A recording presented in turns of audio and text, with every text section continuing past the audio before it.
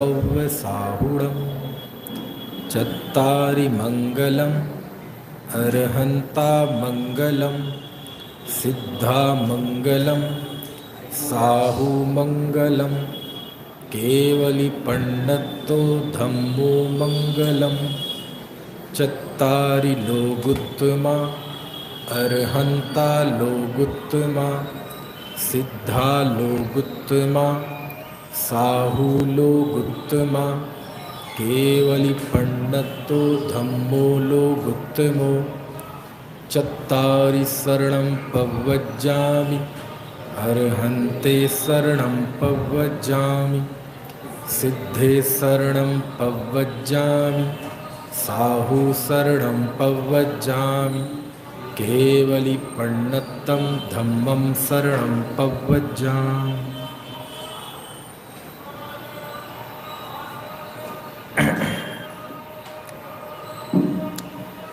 आत्मार्थी की जीवनी।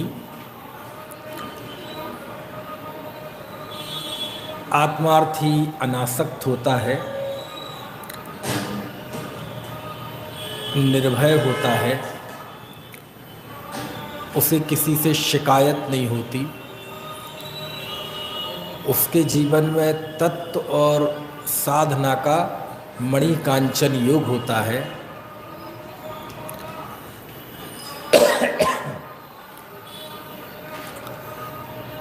आज हम आत्मार्थी के जीवन की एक और विशेषता जानेंगे कि आत्मार्थी को संसार से आसक्ति नहीं होती, यानी वो अनासक्त होता है।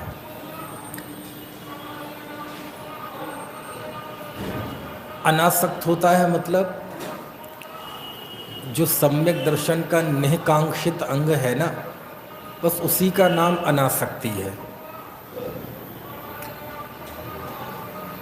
वैसे तो क्रोध, मान, माया ये सब कषाय 9वें गुण स्थान तक रहती हैं। लोभ कषाय तो 10वें गुण स्थान तक रहती है। तो कषायों का नाश तो इतने ऊपर जाके होता है ना। लेकिन एक ऐसी आसक्ति, क्या फर्क है इच्छा और आसक्ति में? इच्छा बहुत सामान्य चीज है। भूख लगी तो भोजन की इच्छा, प्यास लगी तो पानी की इच्छा, इस पालथी में थोड़ी आकुलता होने लगी तो पालथी बदलने की इच्छा, है ना।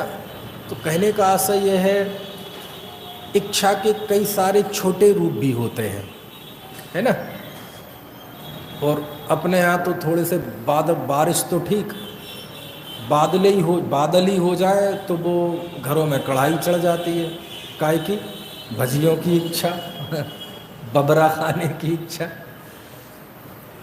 तो ये इच्छाएं ऐसी होती हैं कि इन इच्छाओं में कोई जीवन मौत का प्रश्न नहीं है ना। बोले चाय पीने की इच्छा हो रही है और नहीं मिलेगी तो मर नहीं जाएंगे। ऐसा नहीं होगा कि काम छोड़ के बैठ जाएंगे कि हमने इसे जीवन मरण का प्रश्न बना लिया। तो इच्छा तो ऐसी भी हो सकती है?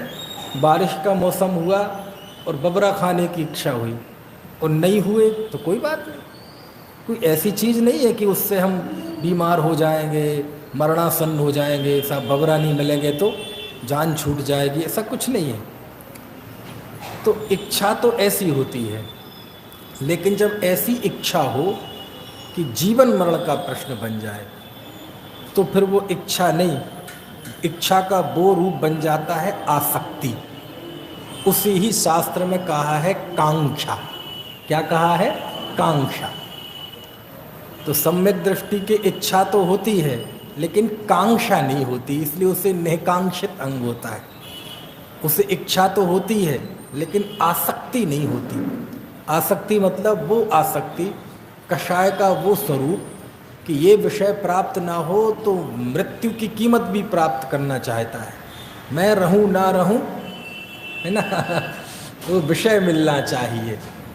इस तरह की जो प्रवृत्ति होती है वो कहलाती है आसक्ति। और ऐसी आसक्ति, इतनी घनी इच्छा आत्मार्थी जीव के नहीं होती। अब कोई प्रश्न यहाँ कर सकता है कि हमने शास्त्रों में जो धर्मात्माओं के चरित्र देखे हैं प्रथमान युग में खास तौर पर, तो वो उसमें तो हमें कभी कभार शंका होने लगती है। अब एक व्यक्ति 6 खंडों को जीतने जा रहा हो और आप कहें कि इस जीव को आसक्ति नहीं है, तो हम कैसे मान लें? एक व्यक्ति 96,000 विवाह करता है, 18 करोड़ उसके घोड़े हैं, 84 लाख हाथी हैं, 32,000 मुकुटबद्ध राजाओं का स्वामी है, और आप कहें कि उसे आसक्ति नहीं है, वो अनासक्त है। एक जीव, भाई खत्म हो गया, लेकिन तब भी 6 महीने कंधे पे लेके घूम रहे हैं। घूम रहे ना? कौन? समझ में आया? 6 महीने कंधे पे लेके घूमते रहे थे ना। कई बार तो व्यक्ति प्रश्न भी पूछता है कि साहब 6 महीने कंधे पे लेके घूम रहे होंगे तो उनके कंधे नहीं दुखने लगे होंगे? तो 6 महीने कंधे पे लेके घूमते रहे मतलब कंधे पे लेके नहीं घूमते रहे, 6 महीने व्याकुलित हुए, आकुलित हुए। 6 महीने उन्हें यकीन नहीं हुआ कि ये व्यक्ति मृत हो चुका है ना? तो भयंकर दुख को झेला, इसी को कहते हैं कि 6 महीने कंधे पे लेके घूमते रहे। नहीं, उच्च संघनन था, वो ऐसे वो नहीं होता कि सड़गल जाए। दूसरी बात, प्रथमान योग में अलंकार की शैली मुख्य होती है। वहाँ अलंकार नहीं, उसका भाव पकड़ा जाता है ना? आप जब घर में जाएं और कहें कि जल्दी पेट में चूहे कूद रहे हैं, तो उसका क्या अर्थ होता है? जब आप कहें घर में जाके कि पेट में चूहे कूद रहे हैं, तो आपकी पत्नी अथवा माँ आपको क्या देती है? चूहे मारने की दवाई देती है कि भोजन देती है? समझ आए ना? तो ये एक अलंकारिक शैली होती है चीज़ों को बताने की, भावों को व्यक्त करने की। है? आपने मुझसे ये कहा तो मेरा दिल छल्ली छल्ली हो गया। अच्छा, जरा सा छेद हो जाएगा ना दिल में तो भागे फिरोगे मुंबई, हैदराबाद, बेंगलोर, और वहाँ नहीं तो विदेश। और ये तो कह रहे छल्ली छल्ली हो गया और खड़ा है सामने। तो छल्ली छल्ली मतलब एक बताने का एक अलंकारिक तरीका है।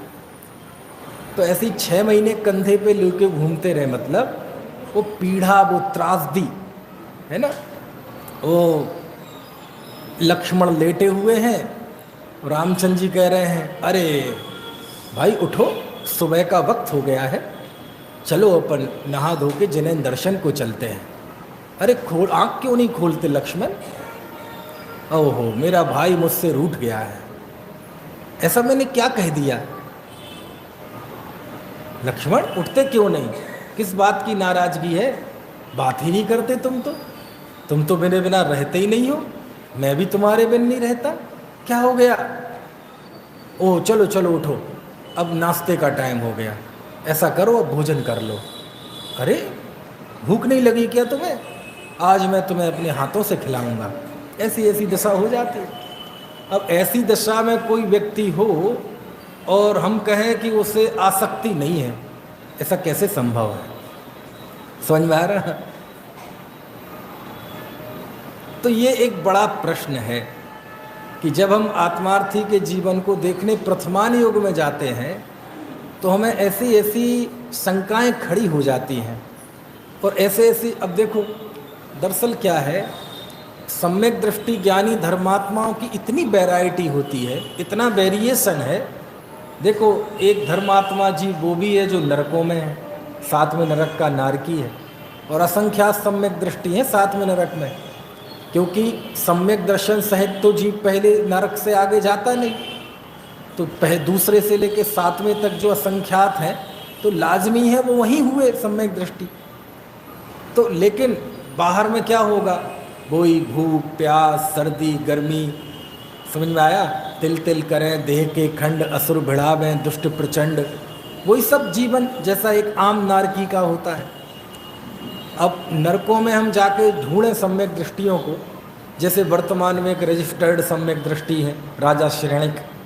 नरकों में जाएंगे तो आप क्या सोचते हैं कि वो कहीं एकांत में बैठे होंगे, ध्यान कर रहे होंगे, दो चार लोगों को बैठ के साधर्मी पर्व पर चर्चा कर रहे होंगे, है ना, एक मंडल खोल लिया होगा, फेडरेशन की स्थापना कर ली होगी, एक जिन मंदिर बना रखा होगा, छोटे नारकियों के लिए पाठशाला खोल रखी होगी। ऐसा है क्या? नहीं, ऐसा कुछ नहीं है ना। तो वहाँ आप जाएंगे तो वो सम्यक दृष्टि भी ऐसे ही दिखेंगे जैसे एक सामान्य नारकी होते हैं। क्यों? वो वहाँ का ऐसा ही स्वरूप है। तो कहने का आशय ये है कि ऐसा कैसे होता है, समझ में आया? मान लीजिए कोई सम्यक दृष्टि धर्मात्मा कोई त्र्यंच हो, तो हमारे मन में क्या इमेज है त्र्यंच सम्यक दर्शन की?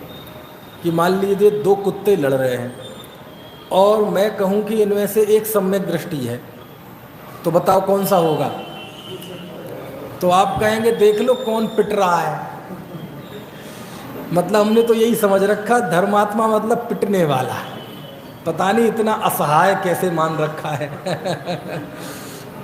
तो हो सकता है पिटने ही वाला हो सकता है पीटने वाला हो, कंडीशन को हटा दिया जाए तो हो सकता है दोनों ही हो और हो सकता है दोनों ही ना हो। वहाँ तो कोई भी स्थिति बन सकती है। लेकिन इस दृष्टांत से ये समझ में आता है कि हमारे अंदर उस चीज़ की, उस सम्यक्त की इमेज क्या है, हमारे मन में उसका एक क्या स्वरूप है, क्या उसका है ना, हमारे दिमाग में उसका सिस्टम पता है कि नहीं पता है, ये पता होना चाहिए है? देखो, एक सम्यक दृष्टि धर्मात्मा स्वधर्म इंद्र है, जो कि भगवान के गर्भ में आने के 6 महीने पहले से एक्टिव हो जाता है कि नहीं?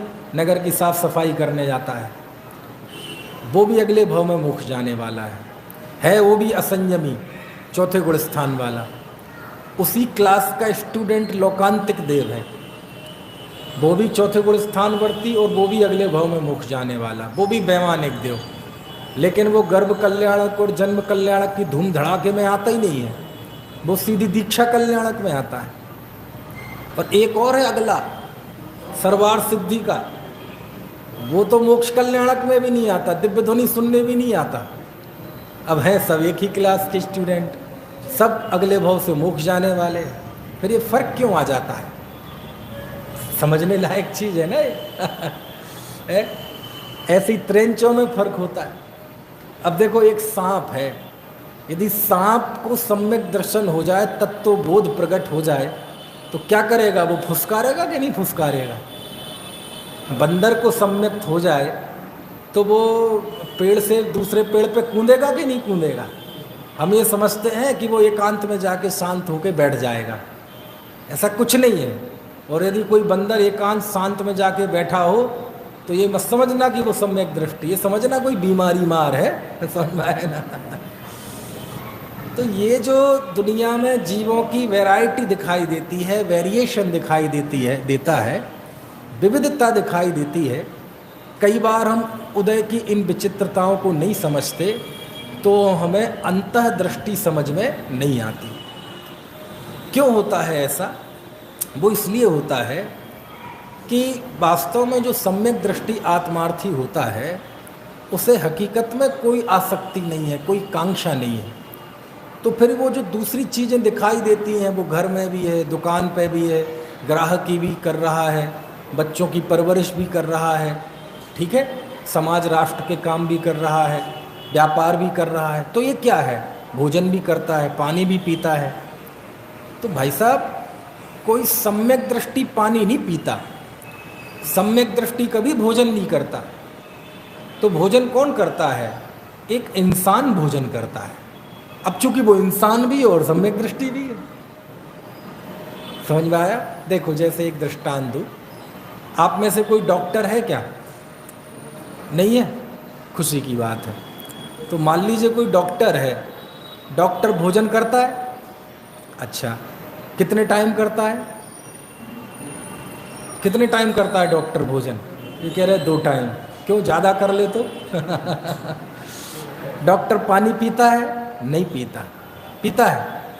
डॉक्टर की शादी होती है, डॉक्टर के बच्चे होते, आप सब कह रहे हैं होते हैं, अभी 5 मिनट बाद कहेंगे कि नहीं होते हैं। खरेखर डॉक्टर है किसका नाम, मतलब डॉक्टर है क्या चीज, किसे कहते हैं डॉक्टर? उसको जो रोग करने की जो कला है, उस कला का नाम डॉक्टर है। समझ में आया?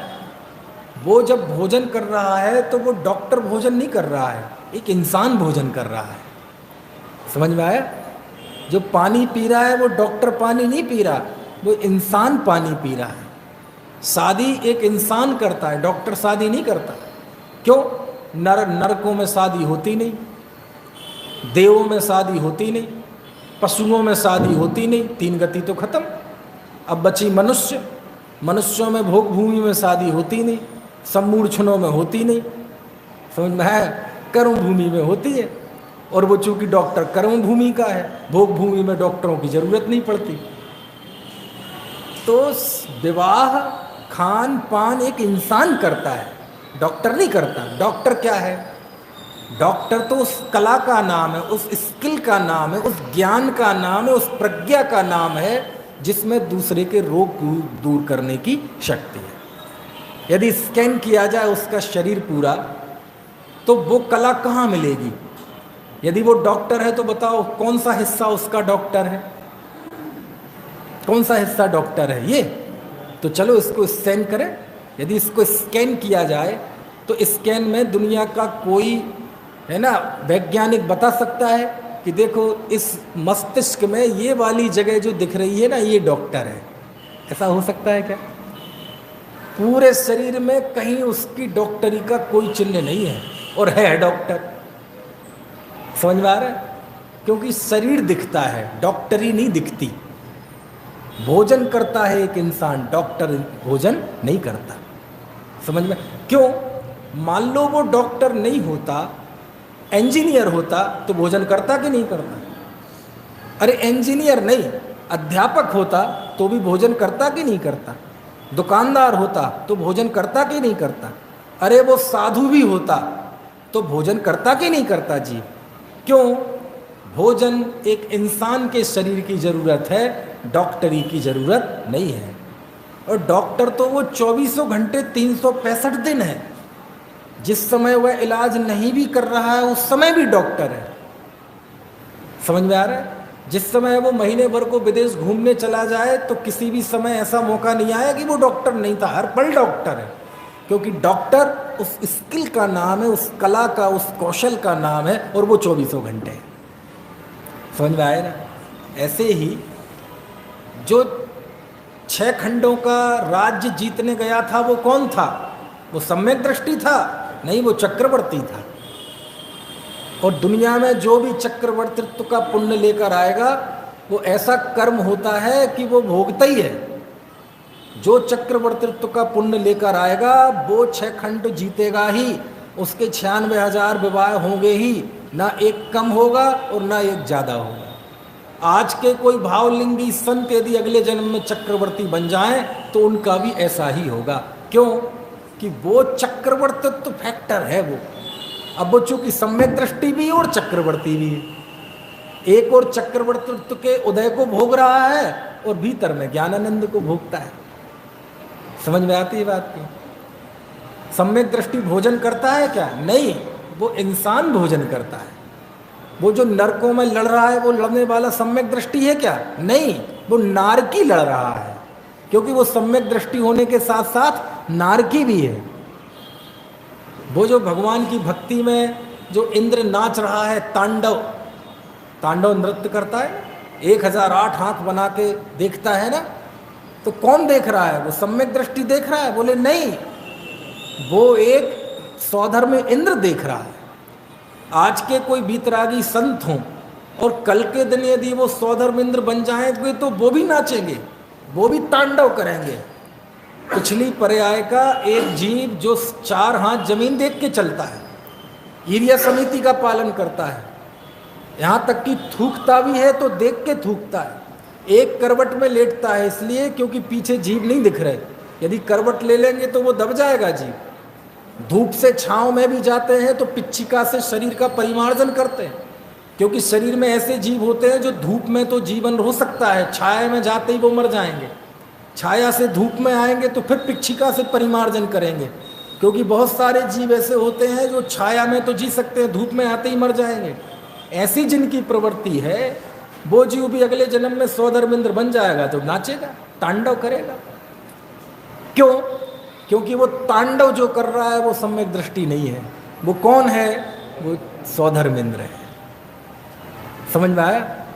जो एक कुत्ता दूसरे पर भौंक रहा है, मान लो वो सम्यक दृष्टि है, तो वो कुत्ता भौंक रहा है, वो सम्यक दृष्टि नहीं भौंक रहा है। अब चूंकि वो कुत्ता भी है और सम्यक दृष्टि भी है, कर्म के उदय जन्य परिस्थिति ये है कि वो कुत्ता है और अंदर के आत्मिक पुरुषार्थ का बल ये है कि वो सम्यक दृष्टि है। अब दोनों चीज़ें साथ साथ चलती हैं, और कई बार हम जब दोनों को मिक्स कर देते हैं तो आत्मार्थियों की अनासक्ति का परिणाम हमें समझ में नहीं आता। समझ में आ रही है? और ये विवेक हमें आता है। देखो मैं आपको बताता हूँ, डॉक्टर के दृष्टांत से ही बताता हूँ, बिल्कुल बात बिल्कुल दूध और पानी की पानी हो जाएगी, बिल्कुल सरल दृष्टांत। लोक में ये सारा भेद विज्ञान हम कर लेते हैं, लेकिन पता नहीं वो जब धर्म के क्षेत्र में आते हैं तो वो फॉर्मूला कहाँ चला जाता है। देखो मान लो उदाहरण के लिए आपको अपने हृदय का ऑपरेशन कराना हो, हार्ट का। हम नहीं चाहते किसी का हो, लेकिन दृष्टांत में तो हो सकता है ना। आपको अपने हृदय का ऑपरेशन कराना हो और आजू बाजू 2 दुकानें हों 2 डॉक्टर की, ठीक है, 2 दुकानें। अरे बोले पंडित जी आप संस्कृत प्राकृत वाले हो ना, आपको पता नहीं है वो दुकानें नहीं कहलाती, वो क्या कहलाती हैं? हॉस्पिटल कहते हैं उन्हें। अरे भैया दुकानें ही हैं, चलो हॉस्पिटल कह लो। 2 हॉस्पिटल हैं, दोनों हॉस्पिटल सर्जन की हैं, MBBS भी है, MD भी है, कार्डियोलॉजिस्ट है। समझ में आया ना? और कार्डियोलॉजिस्ट अकेला नहीं, सर्जन है, ओपन हार्ट सर्जरी करते हैं दोनों डॉक्टर, और दोनों आजू बाजू दुकानें हैं। फिर दुकानें निकल गया हॉस्पिटल है। समझ में आया ना? अब आपको एक के यहाँ जाना है, दोनों से तो करा नहीं सकते, क्योंकि दिल तो एक ही होता है ना, किडनी 2 होती है। कोई मौका आए वाले एक का तुम कर दो, एक का तुम कर दो, हार्ट में क्या करें? अब आपको दोनों में से एक चुनना है, तो आप किसको चुनेंगे? अनुभव किसको चुनोगे? देखो मैं बताता हूँ, दोनों का थोड़ा परिचय देता हूँ, क्योंकि बिना बायोडाटा के आप जाएंगे नहीं। दोनों में से तो सुनो दोनों का परिचय, और आप जरा टिक करना कि इसमें से किस के पास जाओगे। ये तो है जैन, बढ़िया, और ये है मुस्लिम, ठीक है। जाति का तो पता चल गया, धर्म का पता चल गया। ये कौन है? जैन, और ये कौन है? मुस्लिम। अब बताओ आप किसके पास जाओगे? किसी के पास नहीं जाना तो है, किसी ना किसी के पास भेज के तो रहूंगा मैं। नहीं, इतने में निर्णय नहीं हुआ। चलो और बताते हैं थोड़ा उनका व्यक्तित्व एवं कृतित्व। ये जो जैन है ये कच्चा जैन नहीं है, ये पक्का जैन है। नामधारी जैन नहीं है, ये संस्कारों से भी जैन है। जिन मंदिर जाता है, प्रक्षाल पूजन करता है, स्वाध्याय करता है, पात्रों को दान देता है। समझ में आया? और ये जो दूसरा मुस्लिम है, समझ में आया ना, ये पक्का है, पक्का हिंसक है। अब बताओ आप किसके पास जाओगे? नहीं, ये जो है जैन, ये अष्टमूल गुणों का निरतिचार पालन करता है, श्रावकों के 6 आवश्यक का पालन करता है, और ये सप्त व्यसनों का निरतिचार पालन करता है। किसका? सप्त व्यसनों का, शराब, मांस, शिकार, वेश्यावृत्ति सब करता है। अब बताओ किसके पास जाओगे? नहीं, इतने में तो कर ही दो। जाति बता दिया, धर्म बता दिया, संस्कार बता दिए। चलो एक और बता दूं, क्या पता उतने में मान जाएं आप। ये जो जैन है ना, ये बहुत स्पेशल जैन है। स्पेशल जैन है मतलब मुमुक्षु है, आत्मार्थी है, धर्मात्मा है। और बता दूं, 2 कषाय का अभाव हो चुका है उसके, देश संयमी है, प्रतिमाधारी है। और ये तो मुमुक्षु जो है, ये तो हॉस्पिटल का पानी भी नहीं पीता। हॉस्पिटल भी जाता है तो घर से मर्यादा का पानी उबाल के ले जाता है, टच नहीं करता वहाँ के पानी को। और ये जो दूसरा है मुस्लिम, ये ऑपरेशन थिएटर में जाने के पहले कोने में जाके 2 पैग लगाता है।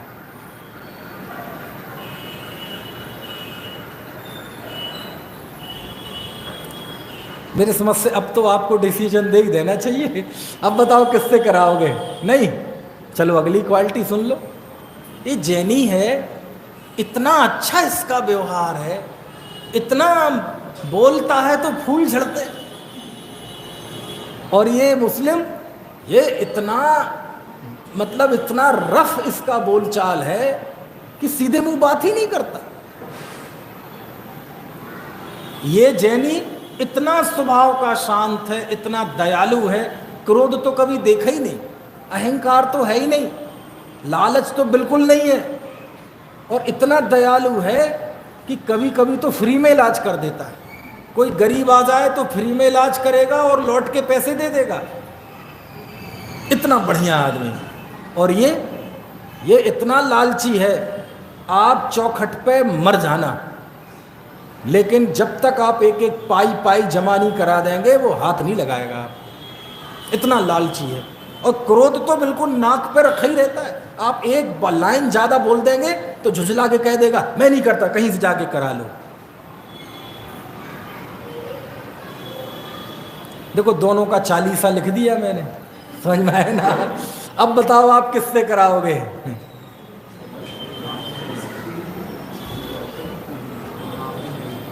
चलो आखिरी बता देता हूं, उम्मीद है इसमें कर देंगे आप टिक।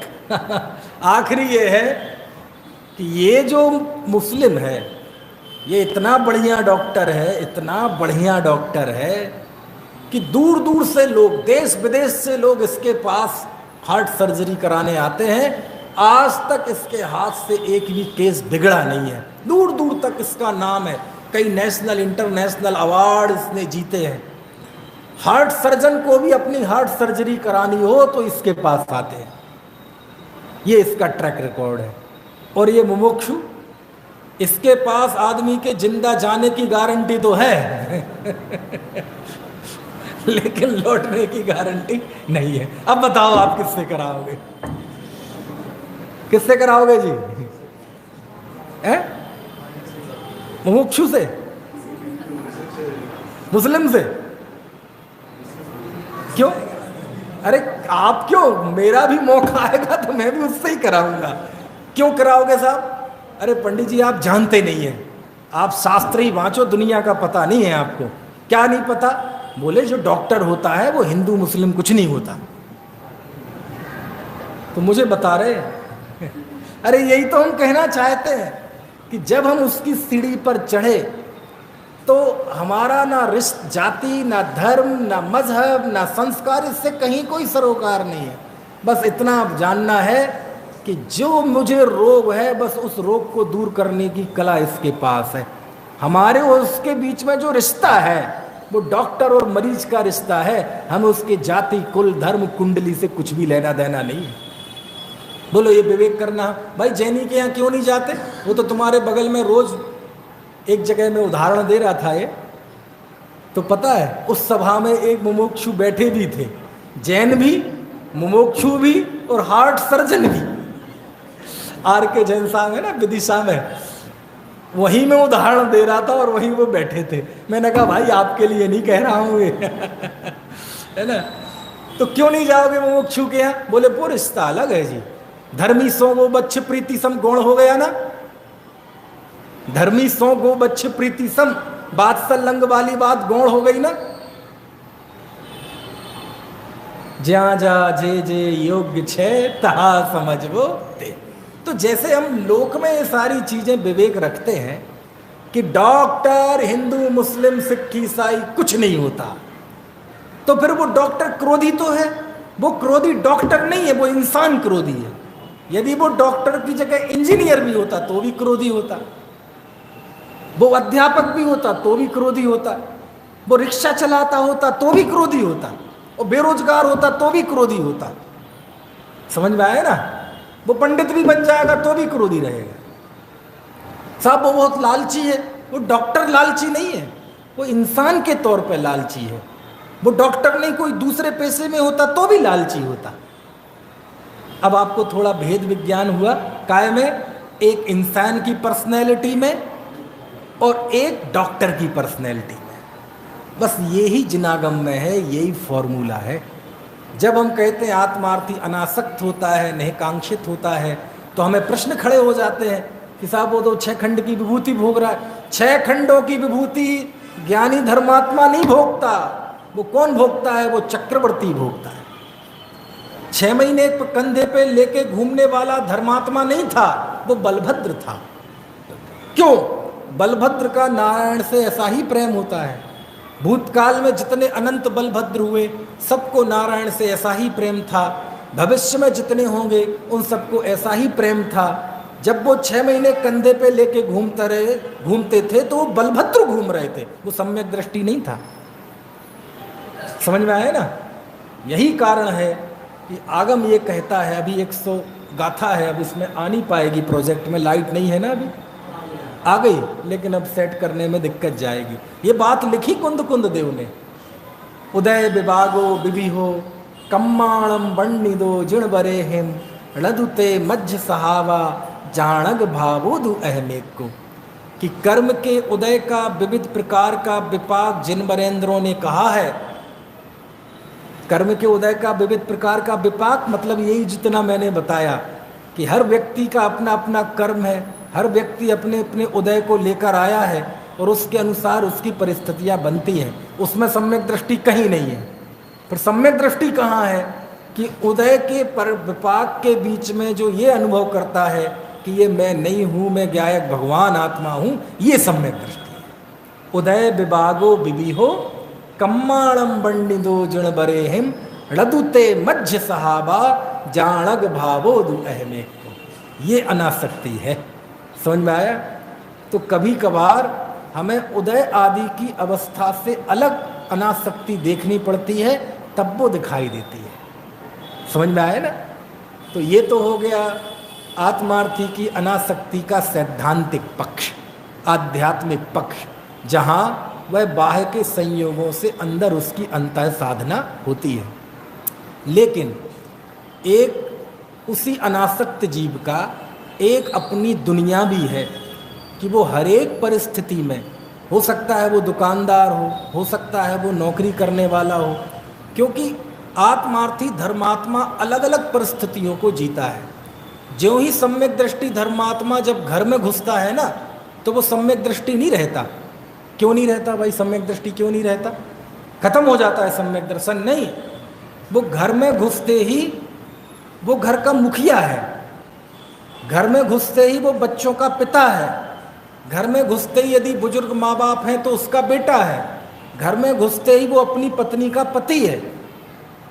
बच्चों को इससे मतलब नहीं है कि तुम कितने बड़े धर्मात्मा हो, बच्चों को इससे मतलब नहीं है तुम कितने बड़े सम्यक दृष्टि हो, मोक्ष मार्गी हो। बच्चों को इससे मतलब है कि हमारी ज़रूरतें पूरी करो। समझ में आया ना? पत्नी को इससे मतलब नहीं है कि तुम कितने बड़े धर्मात्मा हो, ज्ञानी हो। पत्नी को इससे मतलब है कि मैंने कहा था कि लौटते हुए 1 किलो टमाटर ले आना, वो लाए कि नहीं। मेरी बात समझ में आ रही? यानी सम्यक दृष्टि घर में घुसते ही वो गृहस्थ हो जाता है, वो घर का मुखिया हो जाता है। मैं आपसे पूछता हूँ, कोई आत्मार्थी चपरासी हो तो क्या करेगा? वो जब ऑफिस में जाएगा तो फाइलें उठा के देगा कि नहीं बॉस को? पानी पिलाएगा कि नहीं बॉस को? बॉस कहेगा लो उस सामने वाले से कह दो कि 4 चाय भेज दे, तो 4 चाय कहने के लिए जाएगा कि नहीं जाएगा? अब मैं आपसे पूछता हूँ कोई चपरासी फाइल यहाँ से वहाँ कर रहा हो और हम कहें कि ये सम्यक दृष्टि आत्मार्थी है, तो आपको ये बात पचेगी? क्यों? हमने क्या समझ रखा है, सम्यक दृष्टि मतलब वो ही चक्रवर्ती। ऐसे भी तो हो सकते हैं। अरे चलो, मैं तो ये कहता हूँ ये कि चपरासी है, वो अनेक भूमिकाओं में होता है। आत्मार्थी कभी चपरासी की भूमिका में है, कभी साहब की भूमिका में है, कभी राजा की भूमिका में है, समझ में आया, कभी सेठ की भूमिका में है। अनेक भूमिकाएं होती हैं। तो वो जो अनेक अनेक भूमिकाएं होती है, वो तो कर्म के उदयजन्य अवस्था है, वो उसका स्वरूप नहीं है। और जब वो उसका स्वरूप नहीं है और उसकी दृष्टि से उसे जाके देखोगे तो ये आत्मार्थी की अनासक्ति आपको समझ में ही नहीं आएगी। समझ में आया ना? अब कोई सम्यक दृष्टि हो, रिक्शा चलाता हो तो क्या करेगा? आवाज़ लगाएगा कि नहीं लगाएगा?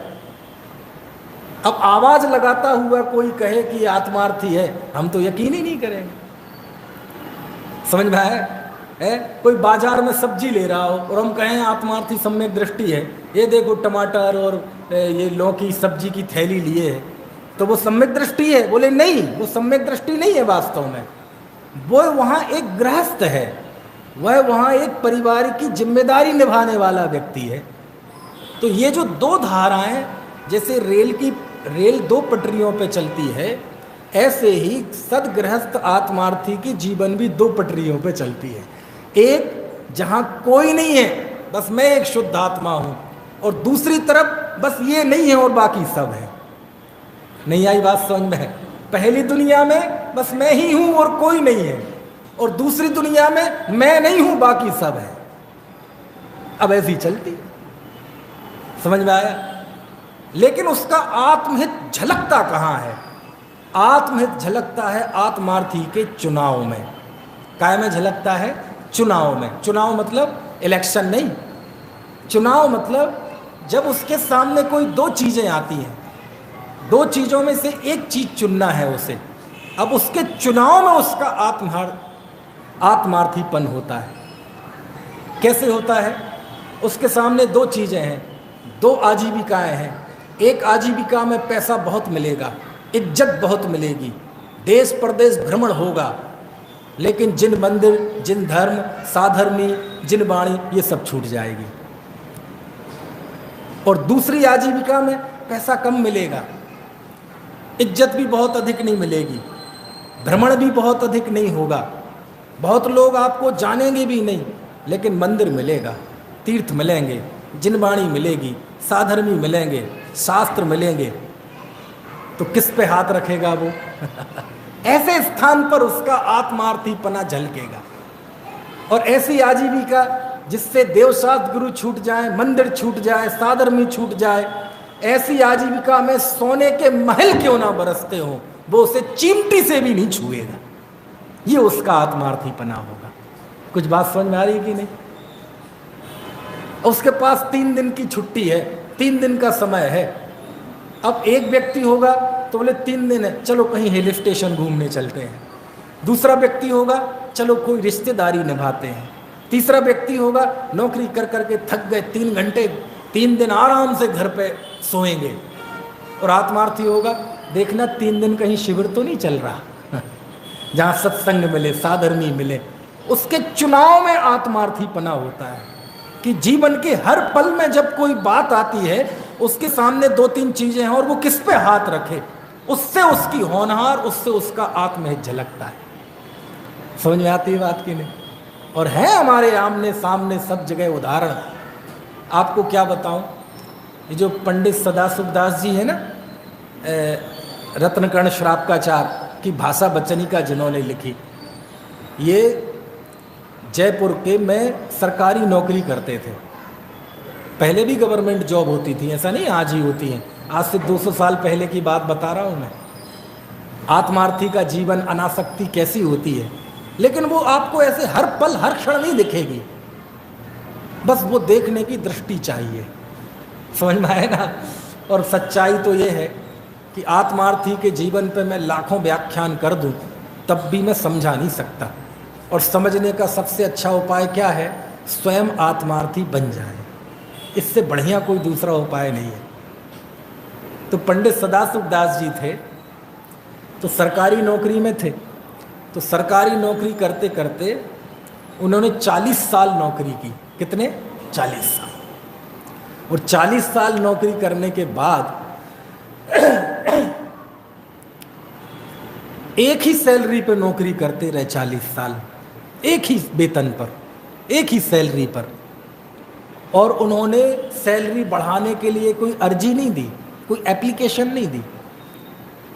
हालांकि थोड़ा पुराना ज़माना था, मुद्रा इतनी जल्दी नहीं बदलती थी। आज तो 1 साल पहले का सिलेंडर 400 का 1100 में आ रहा है। पुराने ज़माने में इतनी तेज़ी से चीज़ें नहीं बदलती थी। तो 40 साल एक ही पगार पे नौकरी करते रहे पंडित सदाशिवदास जी। उस समय आज की तरह वेतनमान आयोग नहीं होते थे, पे कमीशन, 6वां वेतन आयोग, 7वां वेतन आयोग, अब 8वां आएगा नहीं आएगा, उम्मीद हालांकि कम है। समझ में आए ना? हर 6 महीने में महंगाई भत्ता बढ़ेगा, हर 1 साल में इंक्रीमेंट लगेगा, हर 10 साल में पे रिवाइज होंगे। अब तो अपने आप होता है, किसी को कोई अर्जी नहीं देनी पड़ती। लेकिन पहले लोकतंत्र था नहीं, राजतंत्र था, तो अर्जी देनी पड़ती थी। तो 40 साल तक उन्होंने अर्जी नहीं दी और एक ही सैलरी पे नौकरी करते रहे। कौन? पंडित सदाशिवदास जी। अनासक्ति बता रहा हूं मैं धर्मात्मा जीवों की। एक बार जयपुर के राजा सवाई सिंह वो आए, दौरे पे आए, और उन्होंने सब निरीक्षण किया। और उन्होंने जब देखा कि ये क्या बात है भाई, एक व्यक्ति 40 साल से नौकरी कर रहा है और उसकी तनख्वाह 40 साल से 1 रुपये भी नहीं बढ़ी। आज की मुद्रा में कहें 1 रुपये, उस समय जो चलता होगा। उसने अधिकारियों को बुलाया कि भाई साहब ये 40 साल से एक ही नौकरी, एक ही सैलरी पे नौकरी कैसे कर रहे हैं? बोले साहब उन्होंने अर्जी दी नहीं। क्या बात, इनके काम में कोई कमी है क्या? बोले नहीं साहब, 1 नंबर काम है इनका। तो क्या लोगों से इनका व्यवहार खराब है? नहीं साहब, बड़े सरल सज्जन हैं, सबसे इनका व्यवहार बहुत अच्छा है। तो क्या लेट आते हैं, अनुशासन नहीं है क्या? नहीं, समय से पहले जाते हैं, समय पर आते हैं, समय पर जाते हैं, आज तक इनकी कोई शिकायत नहीं है। अरे समय से आते हैं, समय से जाते हैं, हमेशा अपना काम अच्छे से करते हैं, किसी से इनकी दुर्भावना, कोई दुर्व्यवहार नहीं है। तो क्या कोई गबन किया है क्या? नहीं, कोई गबन भी नहीं किया है। तो कोई और कोई आरोप है क्या? नहीं, कोई भी आरोप नहीं है। बिल्कुल सर्विस बुक बिल्कुल स्वच्छ है। तो फिर इनकी इतनी सैलरी क्यों है? साहब उन्होंने अर्जी नहीं दी आजकल। तो उन्होंने अपने अधिकारियों को डांटा, तुम मनुष्य हो कि जानवर हो? तुम्हें कितने हो गए नौकरी को करते हुए? बोले 20 साल। तुम्हारी सैलरी कितनी है? इतनी। एक व्यक्ति तुमसे ज्यादा उम्र का, डबल उसकी सैलरी है, और उसको तुम्हें दिखाई नहीं दे रहा? तुम अधिकारी हो, कसाई हो? बोले साहब उन्होंने कहा नहीं था। अरे तुम्हारी तो आंखें थी, तुम्हारा तो दिमाग था, वो कहेंगे तभी बढ़ाओगे सैलरी। और उस समय राजा को इतना गिल्टी, मतलब आत्मग्लानि हुई कि देखो मैं राजा हूं, एक व्यक्ति मेरे राज्य में 40 साल से राजकीय कार्य कर रहा है और उसकी सैलरी नहीं बढ़ी। वो बहुत लज्जित हुआ। अंततः उसने बुलाया कि जैन साहब को बुलाओ जरा। उस समय क्या कहते हैं, साहब आप तो अब चल गए अंग्रेजों के बाद, उस समय जो भी कहते होंगे, बुलाओ भैया उन्हें जरा। और जब वो पंडित जी आए तो महाराज ने कहा, पहले तो देख के ही लगा कि जैसे किसी संत के दर्शन कर रहे हो। समझ में आया ना? क्योंकि चेहरे पे इतना संतोष, इतनी तसल्ली है ना, इतना आनंद का भाव। बैठे। बोले जैन साहब हम आपसे बहुत नाराज हैं। बोले ऐसी क्या गलती हो गई महाराज हमसे? बोले आप 40 साल से एक ही सैलरी पे नौकरी कर रहे हैं और आपने बताया तक नहीं किसी को। बहुत नाराज हैं आपसे। बोले राजा साहब हमें ज़रूरत नहीं पड़ी, हमारा इतने में हो जाता था। अब इससे ज़्यादा हमें जितनी आजीविका चाहिए उतने में हो जाता था। साईं इतना दीजिए जामे कुटुंब समाए, मैं भी भूखा ना रहूं, साधु ना भूखा जाए, इतना चाहिए, इससे मेरा परिवार चल जाता है। इससे ज़्यादा परिग्रह का मैं पाप क्यों लूं? राजा ने कहा पंडित जी, इतने में पता चल गया कि ये पंडित जी भी हैं। पंडित जी हम आपकी सेवा से बहुत प्रसन्न हैं, बहुत प्रसन्न हैं, और ये मेरी गलती थी, मैं लज्जित हो रहा हूँ आपसे आँख में आँख मिला के कि मुझे ध्यान रखना चाहिए था। मैं राजा हूँ, राजा किसका ध्यान रखेगा? राजा नहीं रखेगा ध्यान तो कौन रखेगा? और राजा ने ये कागज निकाला, ऐसा रूमाल है, कागज नहीं है, और ऐसा पंडित जी के सामने रख दिया, ये कलम रख दी और कहा आज से आप जितने पैसे इस पे लिख दोगे, आज से आपकी उतनी सैलरी। ये राजा ऐसे ही होते प्रसन्न हो जाए तो सारा राज्य ले लो, और जरा से खपट होते हैं, और थोड़े से बिगड़ जाए तो खड़े खड़े गला कटवा दें। इसलिए हमारे महापुराणकार हुए हैं कवि पुष्पदंत, वो तो कहते राजा मतलब पागल सन की है ना। तो खैर अभी तो अच्छे अर्थों में लो। ये रख दिया, पंडित जी ये कागज है, ये पेन है, आज से आप जितना अमाउंट इसमें लिख दोगे, आज से आपकी उतनी सैलरी। आज की तरह से कहें तो ब्लैंक चेक रख दिया, साइन कर दिए, बोले आप भर लो, इसमें कितने भर सकते हो। कितने भर दें अनुभव? बढ़िया मौका है, अति पुण्योदय मम आया। भर दें? कितने भर दें? क्या नाम बेटे आपका है? आदि। और आपका? कितने भर दें बताओ? मासिक, एक महीने का, वार्षिक नहीं, वार्षिक भी भर दो, चलो पैकेज पूरा भर दें, 20-25 करोड़ तो भर दें। इतने भी क्यों भरो, ज्यादा भरो ना। अब जब मौका आ ही गया है, ऐसा मौका दोबारा आने वाला नहीं है, दाव मत चूको यह है। कितने भर दें बोलो? 1 अरब का पैकेज तो भर दें। पंडित जी ने ये लिया महाराज विनय से, यदि आप वास्तव में हमसे प्रसन्न हैं तो आप मेरे पैसे मत बढ़ाओ और एक काम कर दो छोटा। बोले क्या? महाराज जीवन के 40 साल मैंने नौकरी करते करते निकाले, लेकिन अब हमारी उम्र जिस पड़ाव पर आ गई है, पता नहीं मेरे जीवन की शाम किस समय ढल जाए। अब तो ये सल्लेखना का, समाधि का, आराधना का काल आ गया है।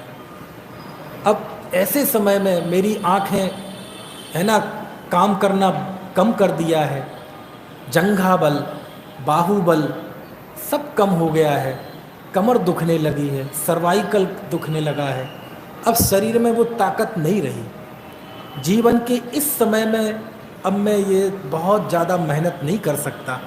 अब मैं चाहता हूँ कि जीवन के अंतिम क्षणों में थोड़ा सा समय मैं अपनी आराधना के लिए, अध्ययन के लिए, लेखन के लिए, सामायिक के लिए निकालना चाहता हूँ, समाधि के लिए कुछ समय निकालना चाहता हूँ। यदि हकीकत में आप मुझसे खुश हैं तो आप इतना कीजिए कि आप भले ही मेरी सैलरी आधी कर दो, लेकिन मेरे काम के घंटे आधे कर दो। मजबूरी ये है कि करना पड़ेगा, समझ में आए ना। लेकिन उसमें ये है, यदि आप सच में खुश हैं, अब इंद्रियों में वो ताकत नहीं रही, अब इंद्रियां शिथिल हो रही हैं, बुढ़ापा आ गया है, अर्धमृतक सम बूढ़ापनो। महाराज यदि आप हम पे इतना कर सकते हैं तो कीजिए, सैलरी तो चाहे आप आधी कर दो। चुनाव के वक्त पता चलता है कौन आत्मार्थी है और कौन संसारार्थी है। जब जीवन में मौका आता है चुनने का, तब पता चलता है आप कितने गहरे पानी में हैं। समझ में आती है बात? राजा को ऐसे लगा कि पता नहीं ये कैसे आ गया ये जीव यहाँ इस काल में। राजा इतना खुश हुआ, इतना खुश हुआ कि ऐसे ऐसे संत पुरुष भी इस काल में होते हैं। उस व्यक्ति राजा ने कई गुनी तो सैलरी कर दी और उनका समय आधा कर दिया, और अपने अधिकारियों को कहा देखो ये आधा समय है इनका, यदि इतने में भी ना आए तो आप चिंता मत करना। जितना एक व्यक्ति का कार्य होता है उससे कई गुना वो कार्य अपने जीवन में कर चुके हैं, सेवा दे चुके हैं। आप तो इतने भी ना आए पंडित जी तो कोई बात नहीं, आपको सैलरी घर पे पहुंच जाएगी। बोले नहीं, ऐसी सैलरी मुझे नहीं चाहिए। समझ में आए ना? और उनके घंटे आधे कर दिए, और जो बढ़ी हुई सैलरी लेने गए तो वो ली नहीं उनने। क्यों लूँ मैं, जब मेरा चल रहा है ना, तो मैं अतिरिक्त परिग्रह का पाप, आसक्ति का पाप क्यों बांधूं? क्योंकि अब तो उम्र के जिस पड़ाव पे हैं उसमें अंत में सल्लेखना में सारी चीजें छोड़नी है, तो और अपना काम क्यों बढ़ाऊं मैं? समझ में आया ना। लेकिन उदय ऐसा कि नौकरी तो करनी पड़ती थी। क्यों? देखो, एक तरफ इतना पुण्य का उदय कि जिन धर्म मिला, जिनवाणी मिली, लेकिन दूसरी तरफ इतना उदय है कि नौकरी करनी पड़ रही है। अब सुनना, इस बीच में कुछ कहना चाहता हूं। दुनिया में ऐसे भाग्यशाली बहुत होंगे जिनको पैसों की कोई कमी नहीं है, 7 पीढ़ी बैठकर खाएं कुछ भी ना करें तो। ऐसे भी पुण्य के उदय वाले बहुत होंगे कि जिन्हें जिन धर्म मिला, जिन वाणी मिली, सब कुछ मिला। लेकिन ऐसे व्यक्ति जिनको कमाने की चिंता नहीं है और जिन वाणी की अगाध रुचि है, वास्तव में वो इस युग के चक्रवर्ती है। कौन है? वो इस युग के चक्रवर्ती है। कौन से? जिन्हें कमाने की चिंता नहीं है और जिन धर्म का, आत्महित का बड़ी प्रेरणा है। पंडित जी के जीवन में वो नहीं था उदय। समझ में आया? नौकरी करनी पड़ती थी, लेकिन अब जो आधा समय मिला उसको उन्होंने पूरी तरह से अपनी आराधना में डुबो दिया। जब ऐसे व्यक्ति होते हैं तब रत्नकर्ण श्रावकाचार्य की भाषा वचनिका लिखी जाती है, तब जाके अर्थ प्रकाशिका लिखी जाती है, तब जाके भगवती आराधना की वचनिका उनके हृदय से निकलती है। किसी राह चलती व्यक्ति की कलम में ये ताकत नहीं है। और ये उनका आत्महितपना था, ये उनका अनासक्ति का भाव था, निर्भयता का भाव था। आप रत्नकर्ण श्रावकाचार्य के एक एक पंक्ति में वो अनुभव कर सकते हैं। समझ में आती है? पंडित दौलत राम जी, ये कोई पुराण पुरुष तो नहीं थे ना, पुराण पुरुष नहीं थे, लेकिन पुराण पुरुष से कम भी नहीं थे, बिल्कुल हमारे बीच के व्यक्ति, शासनी के थे पंडित दौलत राम जी। समझ में आया? और ऐसा उदय था कि छापे की नौकरी करनी पड़ी। काय की? छापे की। यहाँ छापे करते जा रहे हैं और यहाँ शास्त्र खुला रखा है। एक मौका ऐसा आया कि उन्हें कपड़े की नौकरी, कपड़े की दुकान कर ली उन्होंने। समझ में आया? और कपड़े की दुकान करी तो कपड़े की दुकान कोई आत्मार्थीपना नहीं है। आत्मार्थीपना क्या है वो अब बताता हूँ। उन्होंने निर्धारित कर लिया कि 10,000, आज की मुद्रा के हिसाब से बात करें, यदि मेरी 10,000 रुपये की बिक्री हो जाती है तो उसमें मुझे 1,000 रुपये, लगभग 1200 बच जाएंगे, इतने में मेरा परिवार चल जाएगा। और जिस समय 10,000 रुपये की बिक्री हो जाए, शट डाउन, दुकान बंद। यदि शाम को 5 बजे 10,000 रुपये आ गए, दुकान बंद। यदि दिन में 2 बजे 10,000 रुपये आ गए, दुकान बंद। यदि 12 बजे ही 10,000 रुपये आ गए, दुकान बंद। और पहला ही ग्राहक यदि आया और 10,000 रुपये का सामान ले गया, दुकान बंद। क्यों? अब मैं पूरा दिन क्यों इसमें भाव कर्म भाव मरण करूं? क्योंकि व्यापार के खातिर, रुपए के खातिर इतना व्यक्ति आर्त रौद्र ध्यान करता है जिसकी कल्पना नहीं कर सकते आप। कैसा व्यक्ति बनावटी हो जाता है, होता है कि नहीं? एक ग्राहक दुकान पे आया, आओ भाई साहब क्या हाल है, सब ठीक है, और स्वास्थ्य ठीक है, गांव में सब ठीक है, बारिश आरिश अच्छी हो रही गांव में, नहीं फसल असल बढ़िया है कि नहीं। आपको इन सब चीजों से कोई मतलब नहीं है। उसके गांव में एक बूंद पानी ना गिरे, उसकी फसल में आग लग जाए, बोलो आपको मतलब है? उसका स्वास्थ्य खड़ा खड़े खराब हो जाए, लकवा मार जाए, आपको उससे मतलब है? लेकिन उस समय में इतने बनावटी हो जाते हैं, दिखावटी हो जाते हैं, उसके ऐसे हितैषी बन जाते हैं। समझ में आया ना? जबकि इस प्रश्न का कोई मतलब नहीं आएगा। और कैसे आना हुआ? बोले बस कपड़ा लेना है। अच्छा अच्छा, क्यों, क्या बात? बोले लड़की की शादी है। अब आपके दिमाग में आ गया, हाँ बड़ा ग्राहक है। समझ में आया ना? तो तुरंत क्या कहो, अच्छा ठंडा लोगे कि गर्म लोगे? घर में सगे माँ बाप खाट पे पड़े हैं, उन्हें कभी एक गिलास पानी नहीं दिया उसने, प्रेम के 2 शब्द नहीं बोले कभी, पशुओं जैसा व्यवहार करता है। लेकिन यहाँ ऐसा हो जाता है कि ग्राहक को देख के पावन मेरे नयन भये तुम दरस्त। समझ में आया? ऐसा पूछ रहा है, ठंडा चाहिए गर्म चाहिए, कितना बनावटी, सोचो आप। चलो चाय पिला दी, अब बोले चलो आपको बढ़िया सामान, बढ़िया चाहिए सामान, देखो हम तो बढ़िया ही देंगे साहब।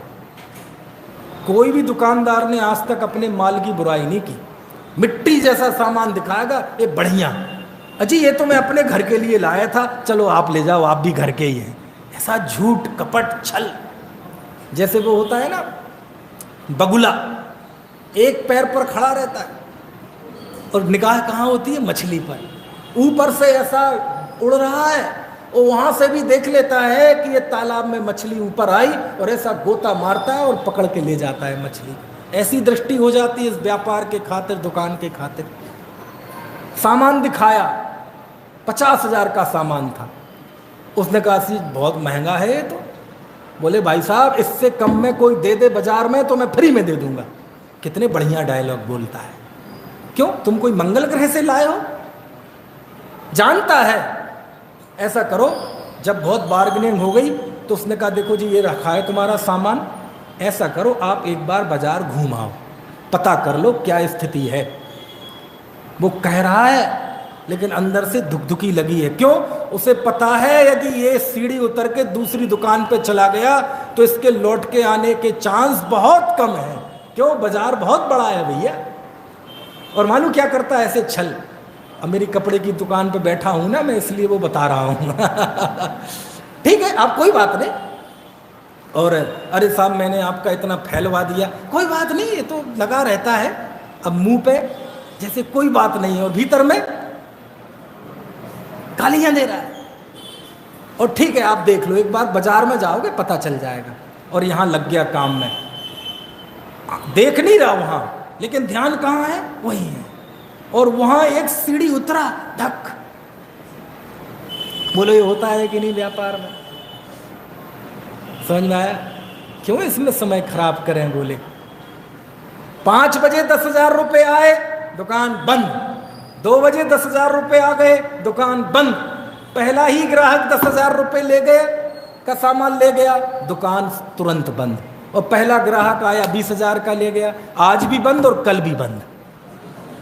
और 50,000 का ले गया तो पत्नी को कहा ऐसा करो 2 कपड़े 4 कपड़े तुम हमारे रख लो, 2-4 तुम अपने रख लो, अब चलो अपन सोनागिर में चलते हैं, वहां सिद्धों के बीच में रहेंगे।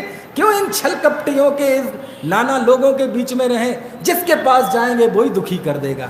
सब विषय कषाय का आचार्यत्व करेंगे, कोई भेद विज्ञान की बात तो करने वाला है नहीं। चलो क्यों दुर्ध्यान में रहें, क्यों आर्तरौद्र ध्यान में रहें? शिखर जी चलते हैं। जब ऐसे संतोषी, ऐसे विवेकी, ऐसे अनासक्त जीव होते हैं तब उनके हृदय से छेड़ाला निकलती है, तब उनके हृदय से ये वचन निकलते हैं। कौन से? दौल समझ सुन चेत सयाने, काल वृथा मत खो, यह नरभव फिर मिलन कठिन है जो सम्यक नहीं। पुण्य पाप फल माई हरख बिलखो मत भाई, यह पुदगल पर जाए उपजी बिन से फिर थाई। लाख बात की बात यही निश्चय और लाओ, तोरी सकल जग दंड फंद निज आत्म जाओ।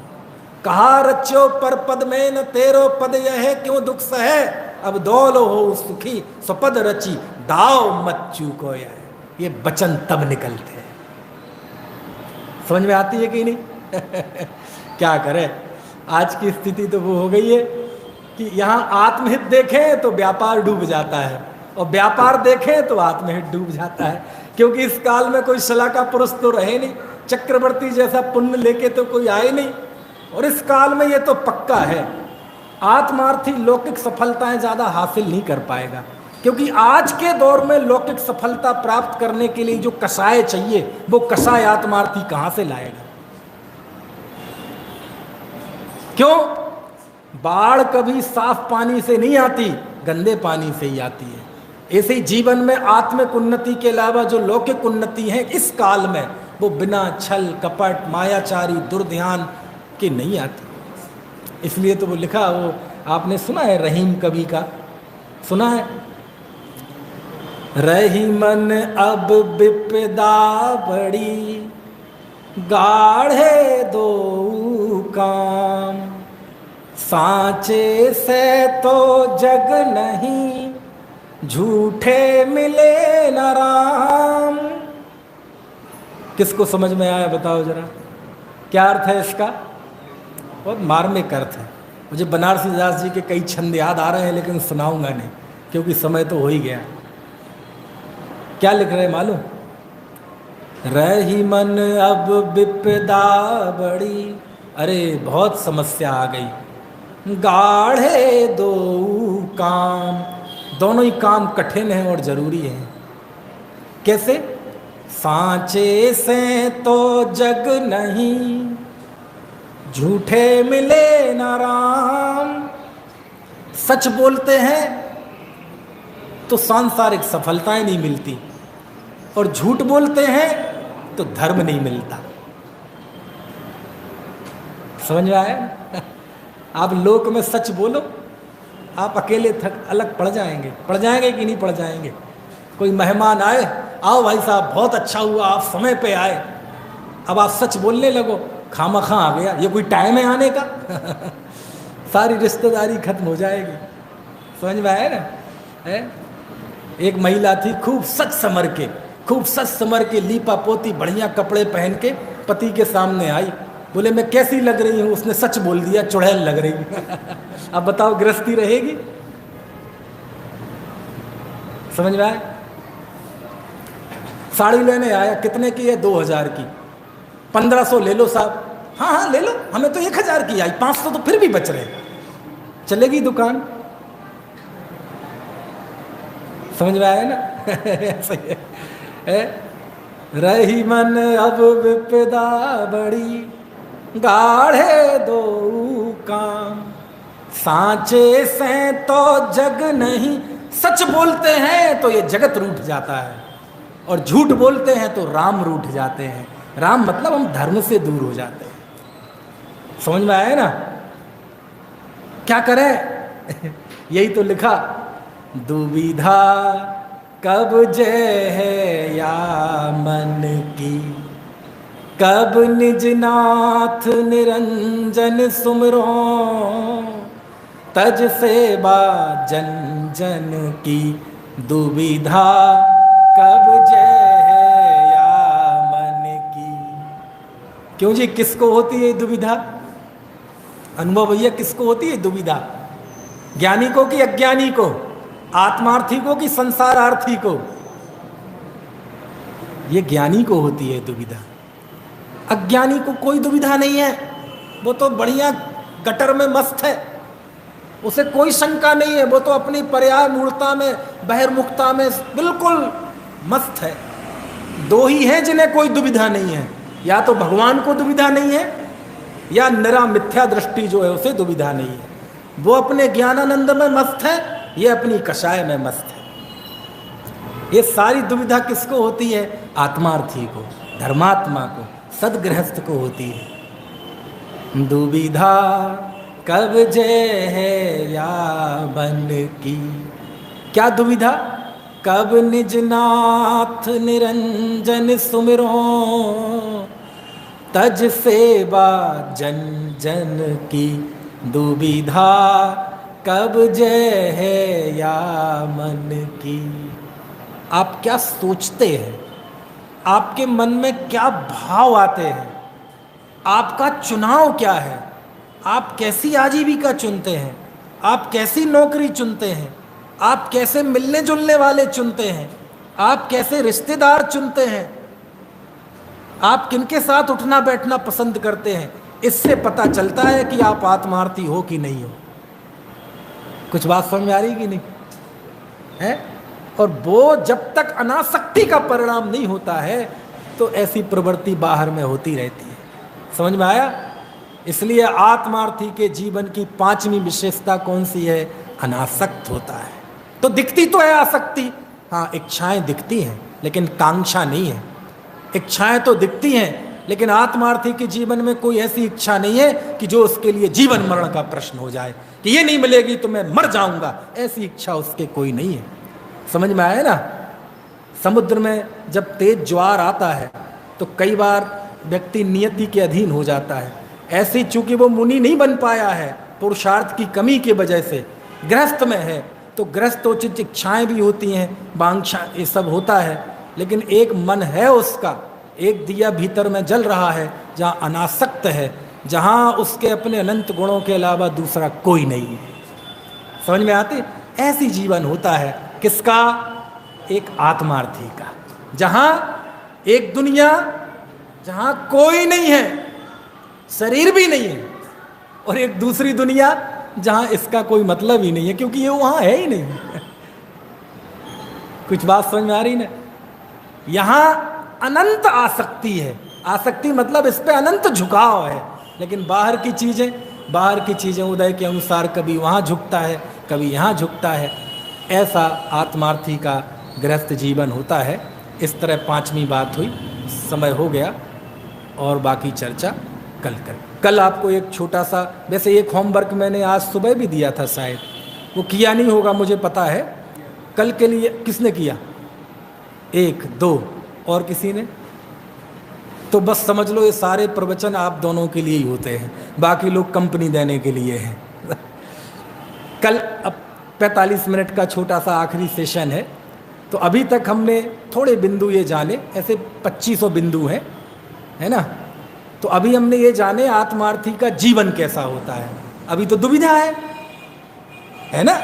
दुविधा कब्जे है जब मन की, अभी तो 2 पटरियों पे चल रही है गाड़ी, तो ये तो उसका जीवन है। लेकिन आत्मार्थी मरता कैसे है? अभी तो हमने जीवन समझा, अब कल हम सुबह समझेंगे आत्मार्थी मरता कैसे है। समझ में आया ना? है? मरता है मतलब उसका समाधि मरण कैसे होता है। ऐसा बढ़िया अनासक्त निर्भयता से जीवन जीता है तो बड़े शांत और समता भाव से उसका समाधि मरण होता है। वो कैसे होता है तो समाधि की चर्चा कल हम सुबह करेंगे।